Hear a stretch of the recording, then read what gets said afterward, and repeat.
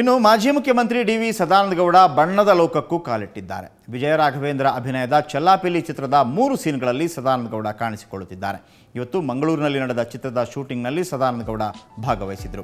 PL Ravi ಅವರ camera ಎದುರಿಸಿದ DVS ಒಂದೇ ಟೇಕ್ನಲ್ಲಿ ತಮ್ಮ ಪಾತ್ರವನ್ನು ನಿರ್ವಹಿಸಿದರು. ನಗರದ ಪ್ರತಿಷ್ಠಿತ ಮಾಲ್ವೊಂದರಲ್ಲಿ ಮಕ್ಕಳ ಮಳಿಗೆಯೊಂದನ್ನು ಉದ್ಘಾಟಿಸುವ ಪಾತ್ರ ಅವರದಾಗಿತ್ತು. ಈ ಚಿತ್ರದಲ್ಲೂ DVS ಮಾಜಿ CM ರೋಲನ್ನು ನಿರ್ವಹಿಸಿರುವುದು. ಅವರ ಹೆಸರು ಸಿನಿಮಾದಲ್ಲೂ ಕೂಡ ಡಿ.ವಿ. ಸದಾನಂದಗೌಡ ಆಗಿರೋದು ವಿಶೇಷ. ಇನ್ನು ಸೀನ್ ಬಗ್ಗೆ ಹೇಳುವುದಾದರೆ, ತಾನು ಮಾಡಬೇಕಿದ್ದ ಉದ್ಘಾಟನೆಯನ್ನು ಮಕ್ಕಳ ಮಳಿಗೆಯಾದ ಕಾರಣ ಒಂದು ಪುಟ್ಟ ಮಗುವಿನಿಂದ ಉದ್ಘಾಟನೆ ಮಾಡಿಸುತ್ತಾರೆ. ಆ ಮಗು ಕಿಡ್ನ್ಯಾಪ್ ಆಗಿರುತ್ತದೆ. ಈ ಕಾರ್ಯಕ್ರಮದಿಂದಾಗಿ ಕಳೆದು ಹೋಗಿದ್ದ ಮಗು ಮತ್ತೆ ಪೋಷಕರ ಮಡಿಲು ಸೇರುತ್ತದೆ. ಇನ್ನು ಮಂಗಳೂರಿನ ಸುದೇಶ್ ಭಂಡಾರಿ ನಿರ್ಮಿಸುತ್ತಿರುವ ಈ ಸಿನಿಮಾವನ್ನು ತುಳು ರಂಗಭೂಮಿಯ ಯುವ ನಿರ್ದೇಶಕ ಸಾಯಿ ಕೃಷ್ಣ ನಿರ್ದೇಶಿಸುತ್ತಿದ್ದಾರೆ.